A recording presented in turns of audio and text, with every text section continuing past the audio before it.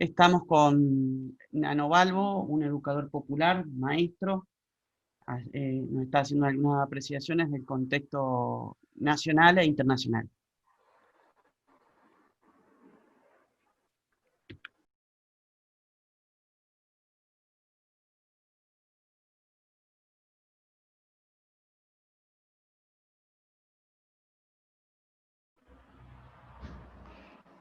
A ver, yo creo que primero que tenemos que aprender o poner en claro es que educación y escolaridad no son lo mismo. Es decir, acá se habla, se paró la educación. No, la educación no se paró. El chico siguió aprendiendo y siguió aprendiendo en la familia, con los medios que tuvo, a dimensionar lo que significa una pandemia, que él no sabía ni lo que era. Los más viejos nos recordamos algo, o porque hemos leído, pero no hemos soportado una pandemia, desde la gripe española, por lo menos. Sin embargo, la humanidad está llena de pandemias y el sistema escolar nunca nos preparó, nunca nos explicó por qué fue la peste negra en Francia. ¿Y cómo llegó a Francia? Llegó por las vías comerciales. Las famosas rutas del comercio trajeron el virus. En Francia y en Europa en general, la Inquisición había matado a los gatos porque decían que eran animales del diablo que acompañaban a las brujas. Entonces los ratones hicieron un picnic, no tenían, rompieron el equilibrio ecológico. Cuando las clases dominantes disparan hacia el campo y encuentran que los campesinos no tienen peste negra, empiezan a averiguar por qué, pero tienen gatos. Y el gato tenía disciplinado a la población de ratas. Bueno, ahí nos reconciliamos con los gatos. Bueno, la otra que podemos tomar, la gripe española, ¿por qué fue? Porque las guerras destruyeron el hábitat de los animales y se pasearon por esos hábitats destruidos poblaciones no habituales de ejércitos que no estaban acostumbrados a estos climas y entonces transportaron el virus hasta que llega por las rutas comerciales a todo el mundo. ¿Por qué planteo todos esos ejemplos? Que creo que es lo que deberíamos tomar cuando volvamos a la escuela. Primero que el virus, estamos muy preocupados hoy para cuando salga la vacuna, y no estamos preocupados cuál fue el origen del virus. Porque si nos ponemos a investigar el origen del virus, vamos a ver que estamos expuestos a muchísimos virus, porque son saltos zoonóticos, virus que nosotros estamos llenos de virus, con los cuales tenemos un equilibrio, una armonía. La naturaleza está llena de virus.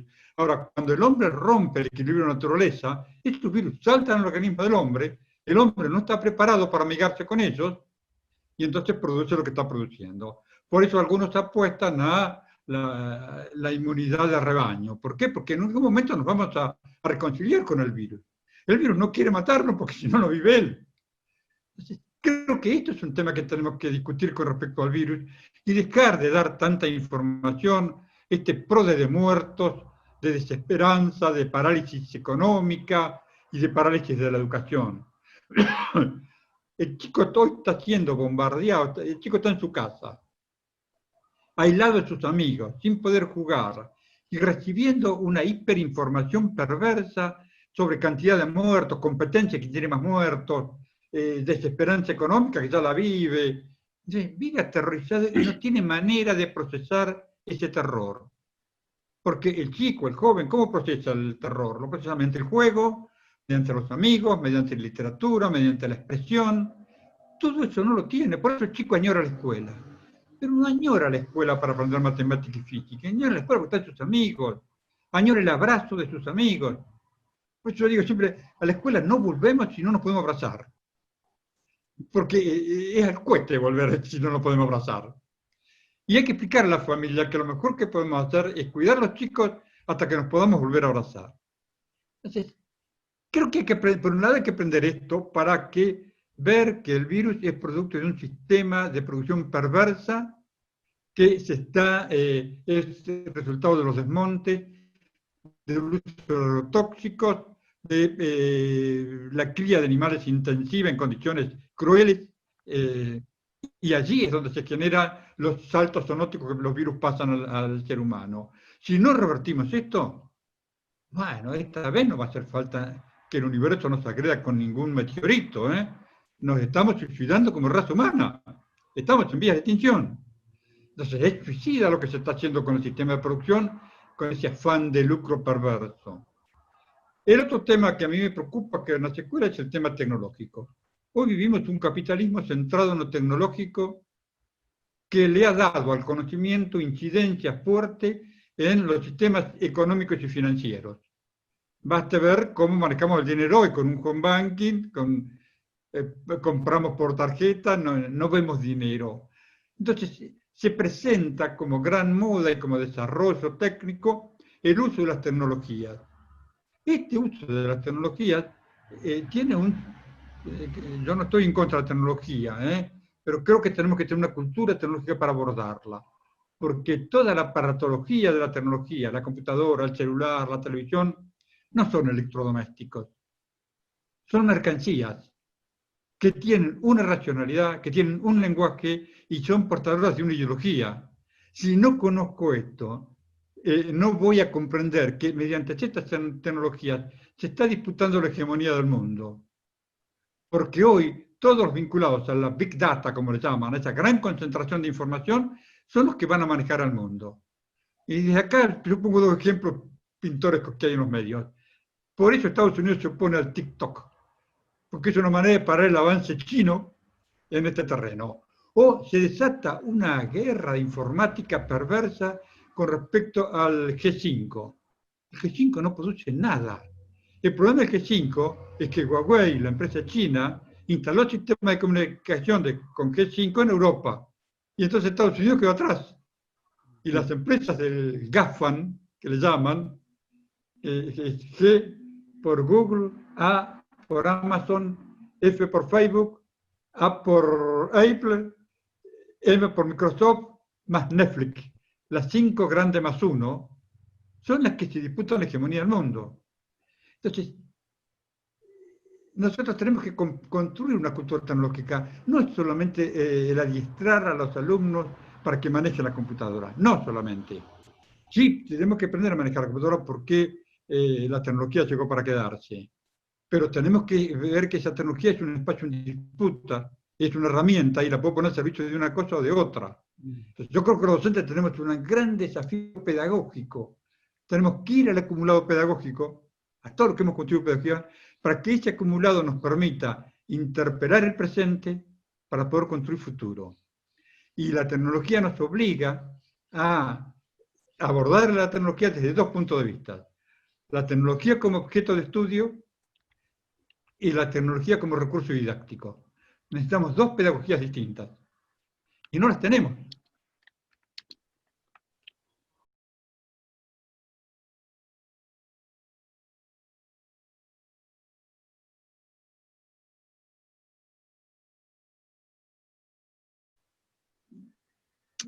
El capitalismo tenía dos instituciones por las cuales se formateaba la sociedad. Tenía muchas, pero dos que ahora están en crisis. Y son dos bastante recientes. Una es el trabajo asalariado. El trabajo asalariado surgió con la Revolución Industrial hace 200 años. ¿Y quiénes iban atrás del trabajo asalariado? Era un trabajo vergonzoso, porque iban aquellos que no tenían otra forma de vivir. Iban los campesinos que se habían quedado sin tierra, iban los artesanos que no podían competir con el desarrollo industrial, que se metían a las grandes fábricas a hacer el trabajo asalariado, pero como última instancia. Lo que pasa es que al juntarlos a todos en un mismo galpón, tienen un nivel de conciencia y se fueron dando luchas para lograr mejores condiciones de trabajo, la jornada de las 8 horas, la sindicalización, luchas heroicas y con muchos muertos de por medio. Hoy el capitalismo ve que el trabajo asalariado es muy caro. Y desde hace rato vienen haciendo propuestas para que la escuela haga el cuentapropismo, el emprendedurismo, que es una manera de atacar el trabajo asalariado. Porque si yo soy emprendedor, soy mi propio patrón, sí, no me pago horas extra, no me pago el plan de salud, me exploto a mí mismo y estoy orgulloso porque soy mi propio patrón. Y el día que me fundo, a cantarle Gardel. El trabajo asalariado me permitiría a mí tener salud, tener educación, tener vacaciones, tener un montón de privilegios, no privilegios, un montón de derechos, que era lo que se llamaba el salario indirecto, la cultura, la educación, la salud. Bueno, eso se lo está atacando con el teletrabajo. Con la excusa de la pandemia, está avanzando la propuesta de teletrabajo que está reduciendo a su misma expresión el trabajo asalariado. No vamos a volver.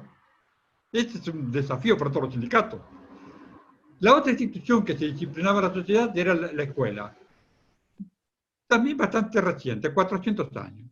Puedo encontrar los primeros antecedentes de la escuela en la Reforma Católica, en la Reforma Protestante, con Lutero, que hizo las primeras universidades, la Contrarreforma Católica que se aviva y le dice a La Salle, quiero algo igual que los protestantes, pero que defienda el pensamiento del catolicismo. Llega la Revolución Francesa y la Asamblea Nacional le pide a Condorcet que cree una institución para educar a la gente, que comprenda que el poder ya no emana de Dios, sino que el poder emana del pueblo, y construya las condiciones para que esa burguesía dominante pueda construir consenso.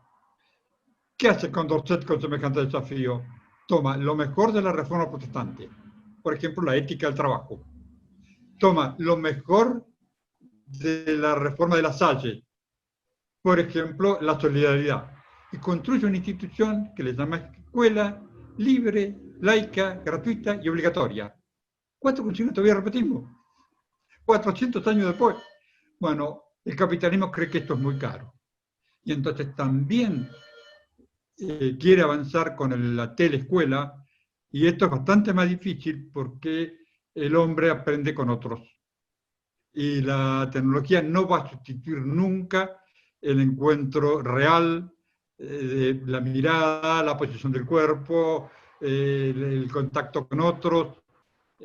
Nos crea la ilusión de que estamos comunicados y estamos solos como locos malos.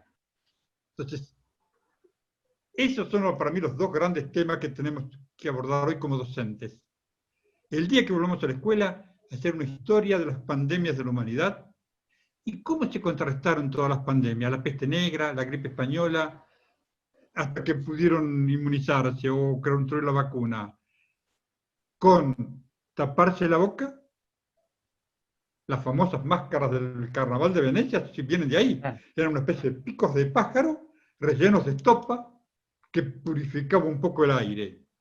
Con higiene, con el jabón que habían inventado los romanos, y con aislamiento. Por eso descubrieron la peste negra cuando se fueron de París al campo y a aislarse al campo. Lo mismo con la peste española. Todavía estas tres son las únicas herramientas saludables que tenemos cuando tenemos un virus para el cual no tenemos remedio y no hay vacuna. Entonces, me preocupa cuando no se respetan estas tres cosas. Entonces, la economía presiona para abrir el comercio, bueno, a cuesta de vidas va a ser, pero preparar a los chicos en una nueva bioética que nos impida pasar por estas vicisitudes. Y comprender y denunciar por qué se genera esto. Hoy estamos discutiendo que vamos a tener millones de criaderos de cerdos todos amontonados. Saludablemente va a ser una catástrofe eso. Porque ahí se va a producir otros saltos. Porque, ¿cuáles son los antecedentes de este virus? La gripe porcina, la gripe aviar y la gripe de los camellos en África. De todo lugar donde se amontonó animales y se producen los saltos. Y el otro tema para los docentes es la tecnología. La tecnología llegó para quedarse a la escuela. No podemos ser como los ludistas, de ponernos en tecnofanáticos, los ludistas que salían a romper las máquinas porque en la revolución industrial le quitaban trabajo a los obreros. Era muy heroica la lucha, pero fracasaron. Yo creo que tenemos que convertir la tecnología en un espacio en disputa, en una herramienta, y denunciar que atrás está la Big Data, y que el chico sepa que cuando aprieta una tecla pierde toda privacidad. Que no cuelguen cosas en Internet si no quieren que sean públicas, porque están teniendo sorpresas desagradables, por más diestros, son diestros en el manejo de la computadora, pero son diestros porque hacen la metodología repetitiva, saben qué tecla apretar, pero no comprenden todos los alcances de esa información que vuelcan en la pantalla, hasta dónde puede llegar. Entonces le aparecen algunas fotos que son privadas, que toman un estado público, o le hackean los celulares, o todo lo que está ocurriendo. Entonces, que esa cultura tecnológica es una deuda, una asignatura pendiente que tenemos. Y yo yo fui dirigente sindical, fui secretario general de Atenas, acá en Neuquén, ahora estoy jubilado, estoy separado, pero creo que nosotros debemos empezar a pedir nuevos cargos docentes. Por ejemplo, hay que nombrar en cada aula, en lo posible, o por lo menos varios por escuela, en un auxiliar docente en tecnología.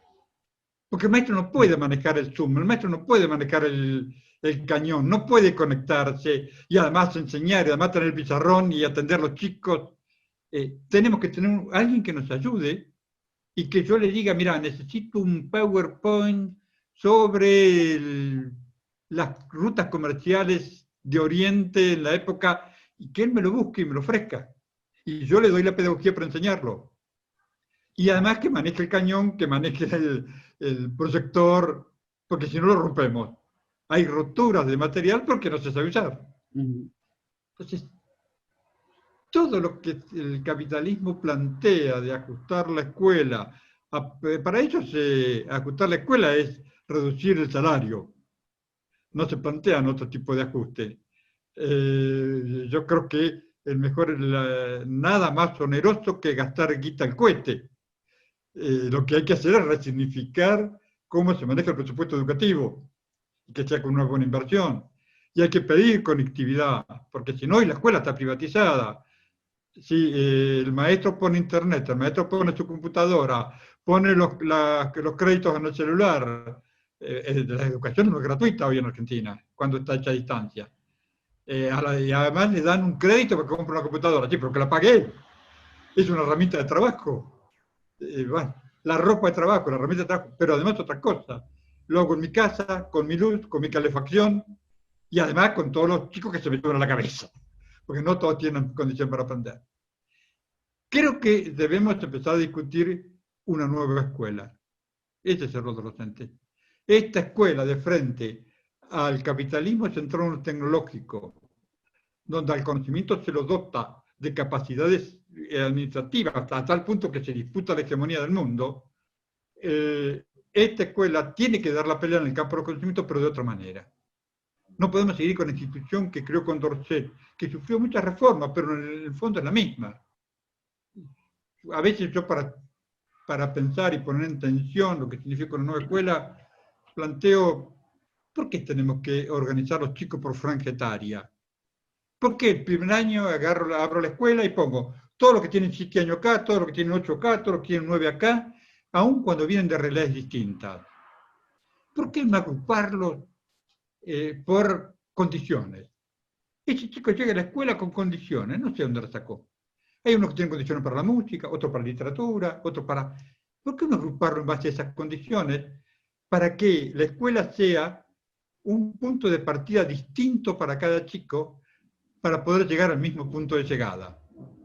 Hoy tenemos el mismo punto de partida, o sea, distribuimos lo mismo entre desiguales y esto es profundamente injusto, porque no todos se lo pueden apropiar, o porque no les interesa, o porque no tienen información de base, o por lo que fuere. Yo creo que hay que dar vuelta a esto. Hay que dar vuelta a la ecuación que tiene nuestro ministerio. Hoy en Argentina tenemos un ministerio sin escuelas, porque las escuelas no dependen del ministerio, que establece el currículum y lo desparrama para todo el país. Entonces, un ministerio que concentra las decisiones pedagógicas y descentraliza las decisiones administrativo-contables. Entonces el director tiene que andar pagando la escuela, pagando los vidrios, pagando el comedor, buscando el portero, y pierde su categoría pedagógica. El director es una institución pedagógica. El supervisor es un sujeto pedagógico. Sin embargo, andan dedicados a tareas administrativas.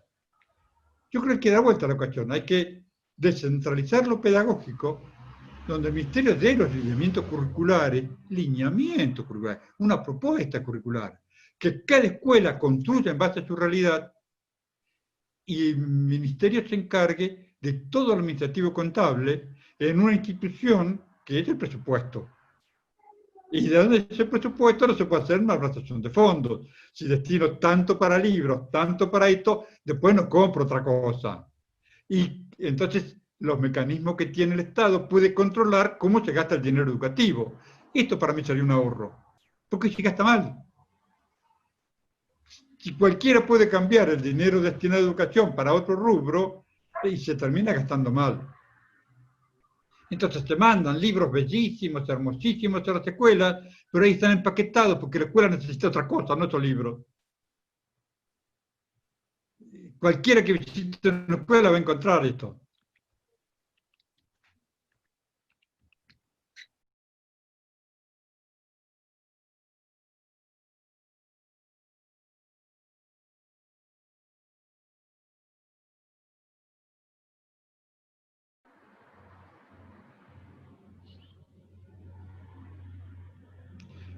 Yo tengo mis reservas cuando se habla de educación para el trabajo, porque no es la escuela la que tiene que construir trabajo, es el sistema económico. Entonces, cuando hubo un sistema en Argentina que tenía trabajo, los alumnos de las escuelas para adultos venían las empresas a buscarlos antes de que se recibieran, porque los necesitaban. Hoy estamos formando gente para el mundo del trabajo que está por lo menos restringido y se va a seguir restringiendo, entonces voy a terminar bajando los costos laborales. Porque yo soy el dueño de una fábrica, que tengo la única empresa que hay en Paraná, voy a una escuela y le doy una pasantía a los chicos para que aprendan a manejar mi máquina. Porque cuando tengo un solo obrero que la maneja, ese me arranca un buen salario. Ahora, cuando yo formo a través de la escuela 10 que la manejen, los hago competir entre ellos y hay uno que me trabaja para la comida. Entonces, esto de educación para el trabajo hoy puede ser una situación un tanto perversa. Otra cosa es cuando existe el trabajo, entonces la escuela acompaña el proceso de producción laboral formando la gente para el trabajo. Creo que con todo lo que sí tenemos que hacer en la educación de jóvenes y adultos, que los chicos comprendan cómo funciona hoy el mundo del trabajo. ¿Qué significa esto del uso de la tecnología? ¿Qué significa el uso del conocimiento y la información? Y construir esa cultura tecnológica que les permita a ellos trabajar en una u otra cosa. Ellos hablan del obrero polivalente. Sí, pero no para que en una misma fábrica lo haga hacer 50 trabajos distintos, sino para que pueda comprender cómo está funcionando el mundo del trabajo y cómo está funcionando el de sus padres y cuál puede ser el de él. Hoy por hoy, bueno, la escuela es una institución que tiene conflictos que se resuelven a futuro. Hoy no sabemos con qué mundo nos vamos a despertar mañana. ¿Cuál va a ser el mercado del trabajo? Entonces yo invierto en la formación laboral 2, 3 años, y en esos 2, 3 años que formé, el trabajo cambió radicalmente, porque los cambios se están produciendo a una velocidad terrible. Entonces, ¿qué hago? ¿Qué es la propuesta que habría que trabajar? Hay que comprender cómo se producen estos cambios, para que la escuela no forme tareas repetitivas y mecánicas de formar profesionales por repetición, sino que forme gente que pueda comprender situaciones conflictivas y ver cómo se resuelven. Creo que hoy la escuela tiene que enseñar, tenemos que aprender a aprender, no enseñar. Entonces, construir condiciones para que aumente la capacidad argumentativa, para que aumente la comprensión de cómo se está desarrollando el mundo y ver cómo se insertan ellos en ese mundo con una visión de futuro. Ahora, formar torneros a la vieja usanza a veces, o carpinteros, hoy los muebles los realiza una computadora. Y además, no van a poder competir porque el mueble lleva mucho material. Yo el otro día estuve en una empresa textil charlando con las compañeras que tomaron la empresa y me van a regalar un distintivo. Me dice, elegí una foto. Me muestra una foto Carlos Fuentealba. Una foto, linda foto. La colocaron en una computadora y una máquina la bordó. Entonces me dieron el distintivo, pero bordado. Segundos lo hizo. Y lo hizo con una perfecta. Eran 50 agujas que llevaban hilos distintos.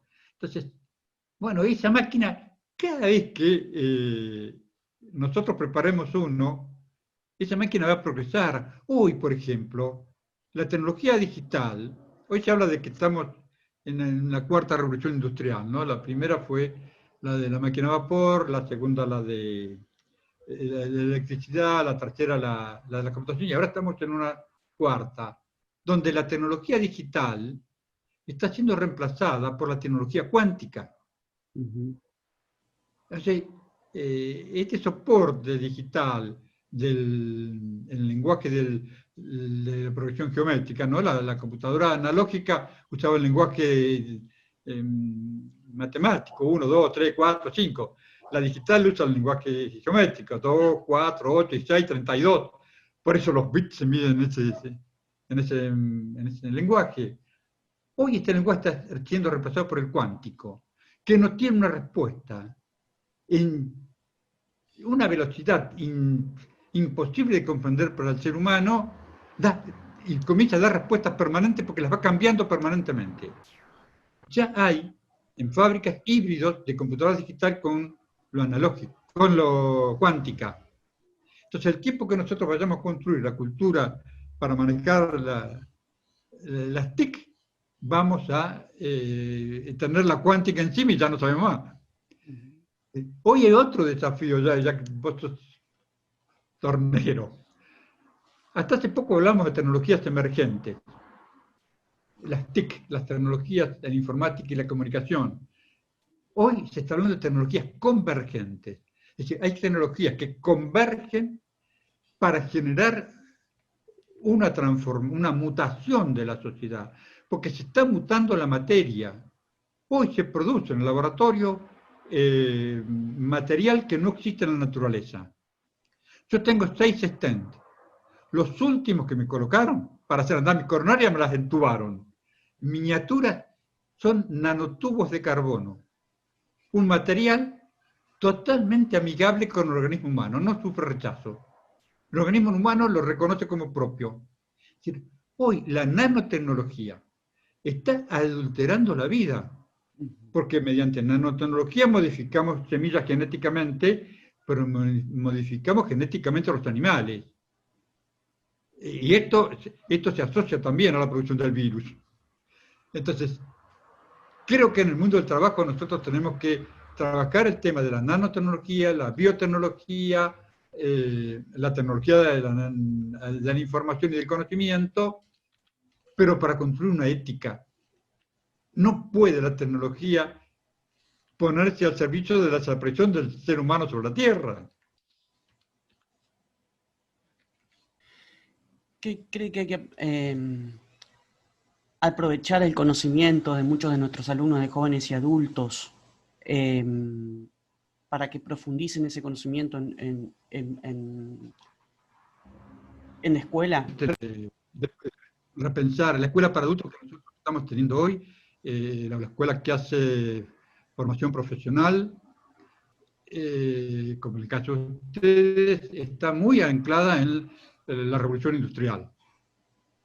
Es decir, ni siquiera en la revolución digital. Tornero, por eso carpintero, por eso ya está siendo sustituido por electricidad y por gases raros, o no tan raros. Entonces vamos a una transformación del mundo a una velocidad que no nos alcanza el tiempo de explicarla, que ya ese conocimiento es obsoleto. Por eso digo que hay que aprender a aprender. Todo el tiempo que a mí me lleve enseñar un conocimiento para una formación profesional, cuando ese chico se lo apropia, sale al mundo y ya ese conocimiento es obsoleto, hay que repensarlo. Por supuesto que el bicho humano genera pensamiento, y eso tenemos que tener en cuenta los docentes. Hay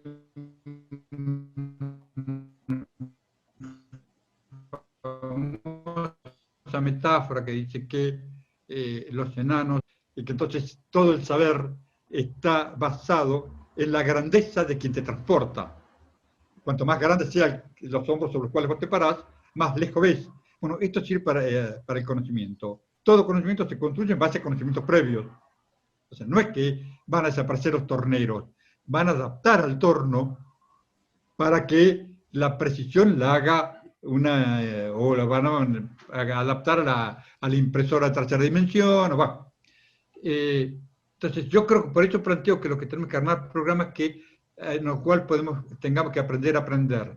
no que aprender a hacer torneos es el objeto final, hay que conocer el torno, hay que saber qué se hacía con el torno, si nos encontramos con uno hay que saberlo andar, pero también pensar que ese torno está absorbiendo estas tecnologías convergentes que lo van complejizando.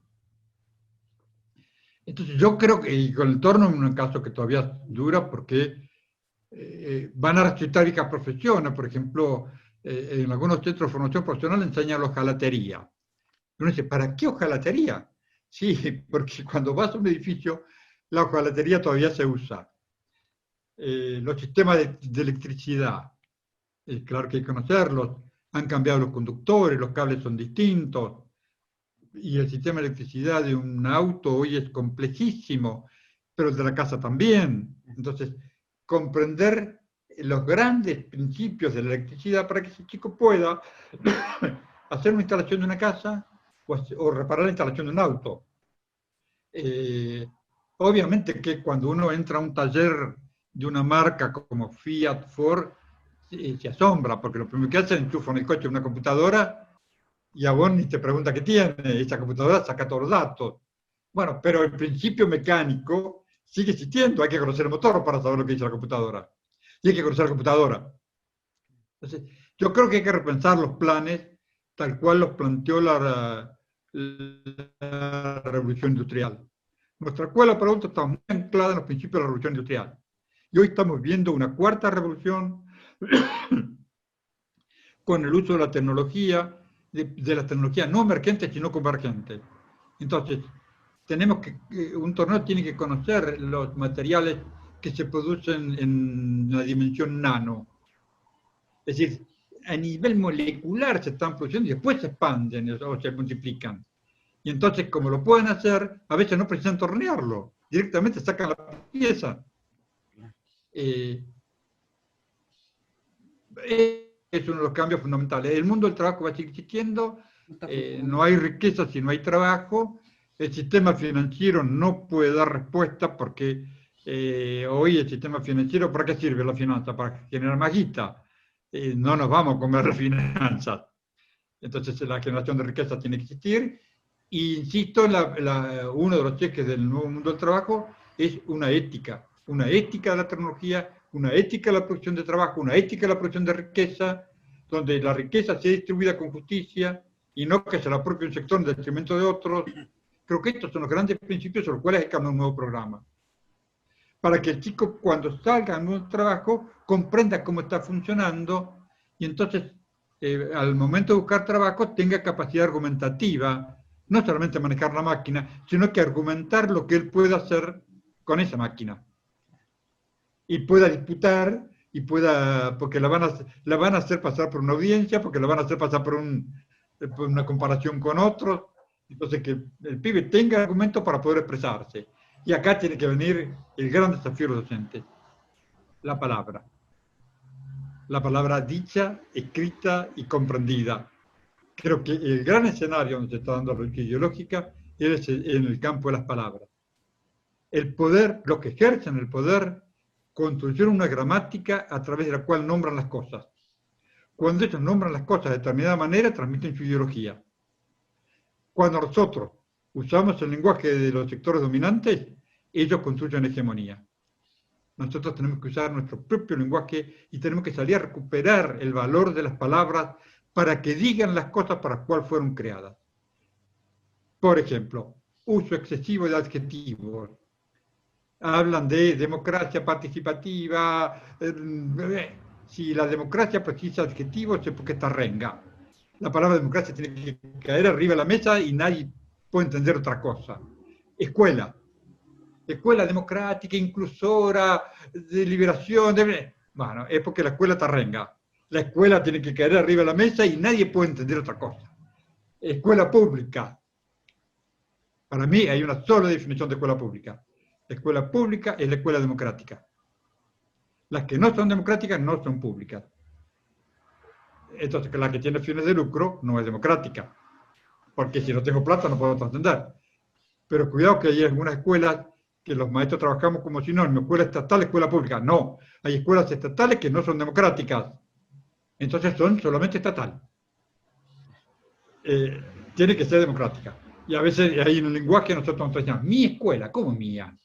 Yo tengo la propiedad privada de la escuela. Mis chicos, no son mis chicos, son el grupo de alumnos que tengo el desafío de... Entonces, ese lenguaje me parece que también tiene que tomar, y acá la literatura. Yo me preocupa que el chico va a la escuela primaria, o va a un centro para adultos, pero no para formación personal, sino para adultos, y lo primero que le hacen es, le meten todos los análisis gramaticales.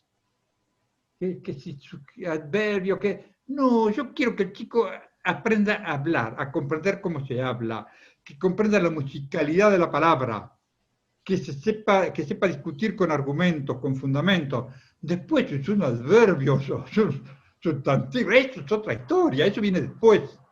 Entonces, para eso el chico tiene que ser lector, que lea literatura, que produzca, que cuente, que narre, que invente.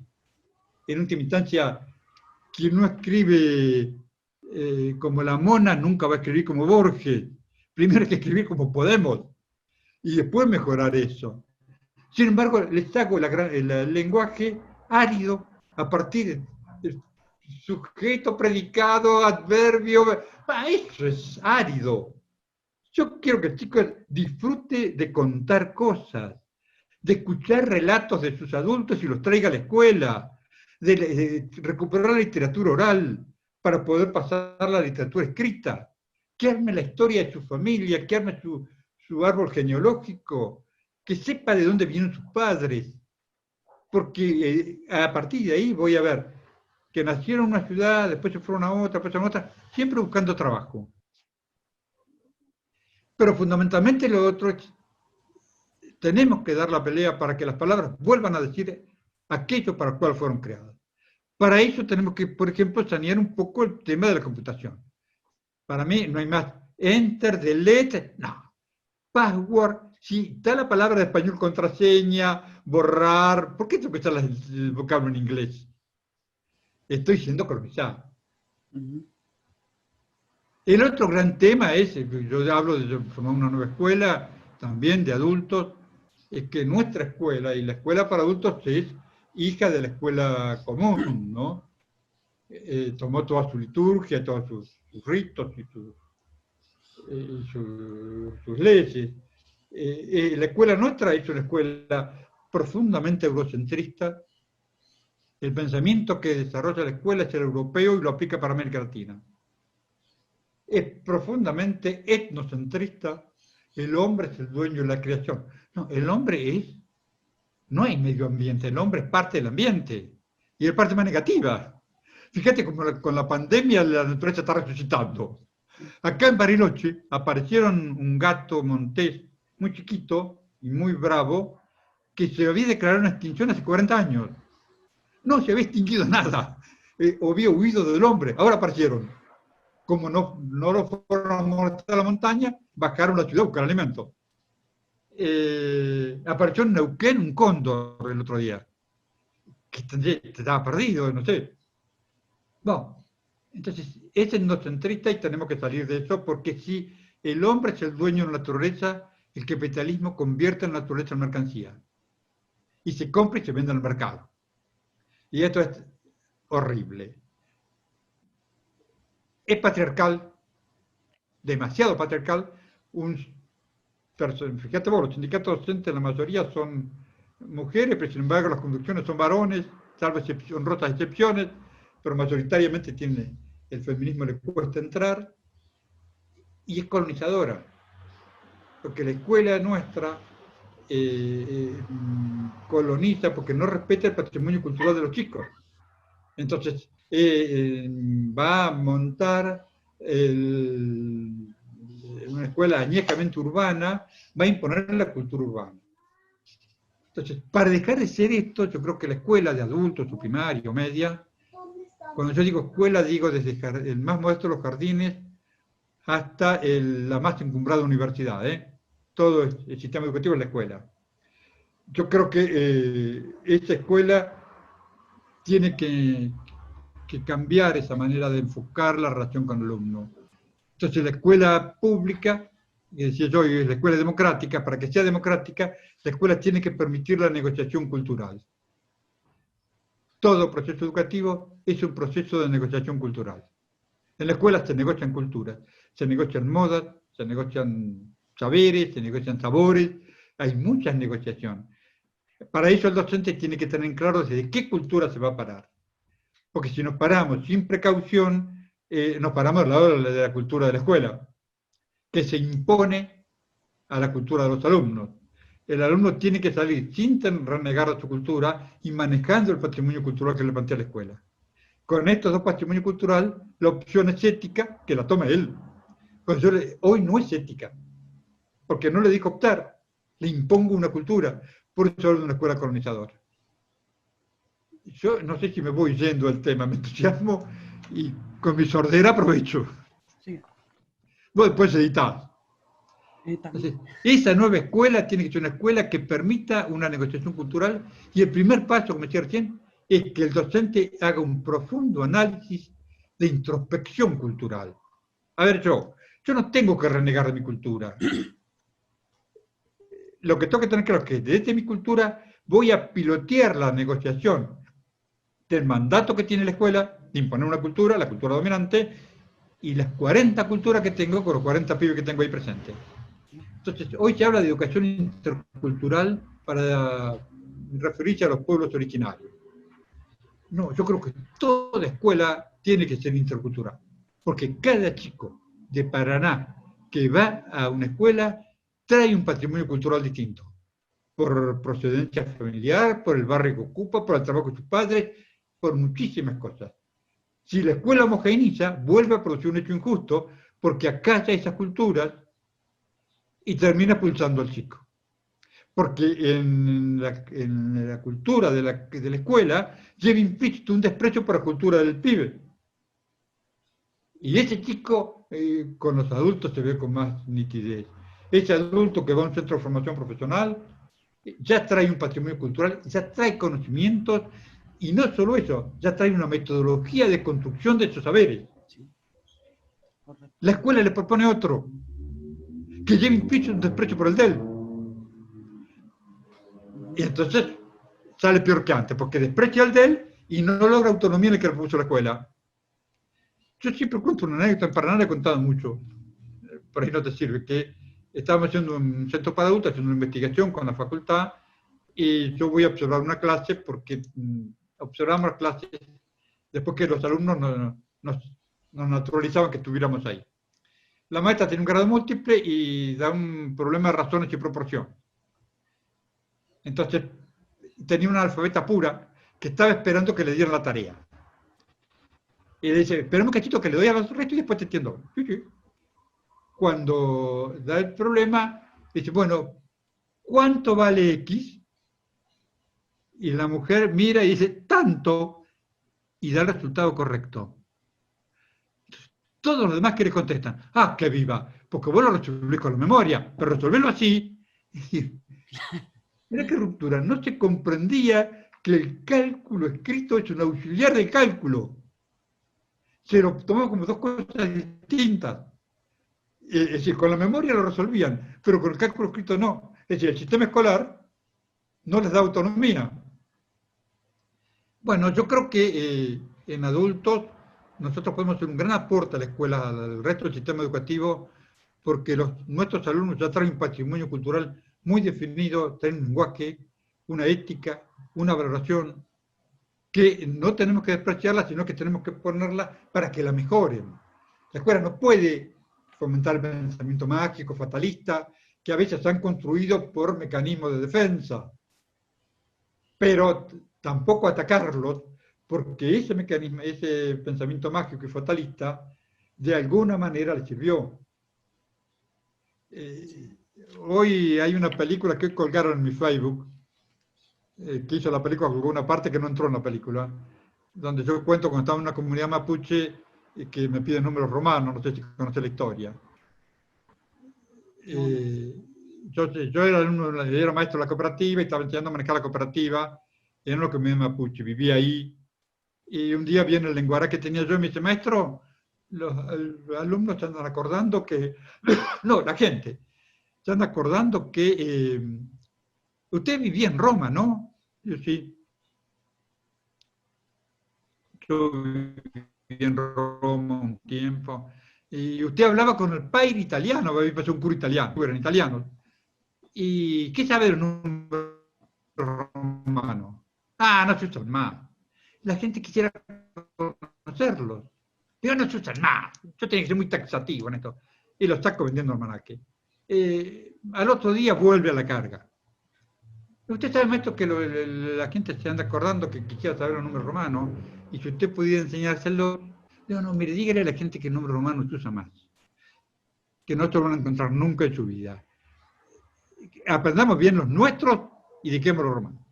Bueno, 2, 3 días, ya era tanta la insistencia que, bueno, acá hay algo. ¿Para qué quieren un número romano? No sé, la gente quiere saberlo. La única manera es enseñarlo. Entonces le digo un día, bueno, está bien, el domingo después de la celebración que hacen ustedes, yo enseño en la capilla los números romanos. Todo el mundo fue el domingo, una multitud. Yo empecé una historia, porque cómo se habían hecho los números romanos, ni bola, todo con un cuaderno estaban. Gente que ni conocía de la comunidad. Y lleva unos cuantos meses. Bueno, pongo los números, 1, 2, 3, 4, al lado de los romanos y veo cómo se hacen. Y la gente copia, todo el mundo copiaba. Como de espaldas con el pizarrón, cuando llego al 17 veo ruidos en la sala, que se mueve gente, miro y un grupo se había ido. ¿Qué tiene hasta el número 17 el número romano? Porque ahí estaba el secreto. Llego al 20 y se para el informante mío, que es el presidente de la cooperativa, me dice, bueno, maestro, muchísimas gracias, la gente está muy contenta con usted, le agradecemos muchísimo, usted es una buena persona que nos ha sabido, me llena de loas, y me dice que no quiere saber más nada, con lo que ya está. Me vuelve y digo, 17 o 20, ¿qué es esto? Al otro día voy a saber para qué quería el número romano. Hacía muchos años había pasado un mercachifle vendiendo relojes de bolsillo, que tenían el cuadrante el número romano, y que no sabían cuál era para arriba y cuál era para abajo, no podían usar. Claro. Cuando yo aplico el número romano, algunos se los habían pegado por encima del cuadrante, unos relojes gigantes. Se acabó la vida de los relojes rusos, porque andando a caballo se los rompieron en 3, 4 días. No hubieran sabido el número romano, todavía los tenían. Bueno, ahí que aprendí que cuando los adultos, desde su cultura, hacen una demanda, no la hacen, no demandan lo que ellos realmente quisieran saber, sino que lo que demandan es lo que a ellos les parecen que el maestro pudiera permitir saber. Entonces, no me dijeron, tenemos reloj y no sabemos usarlo. No, pedían un número romano porque yo había estado en Italia. No, encontraron una posibilidad y se la rebuscaron. Bueno, esto es por falta de esa negociación cultural que yo no comprendo cómo se expresa mi alumno. Y entonces no lo puedo ayudar a que mejore su capacidad argumentativa. Y cuando pide algo, por algo lo pide.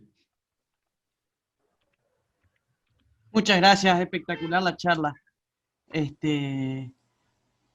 Extraordinario. No, gracias a ustedes. Yo estoy encerrado, porque acá el tema de la pandemia está serio. Soy personal de altísimo riesgo. Con 6 stents me agarra el virus, no me hay que llegar al hospital. Y me permite que no se me oxide la croqueta, estas cosas.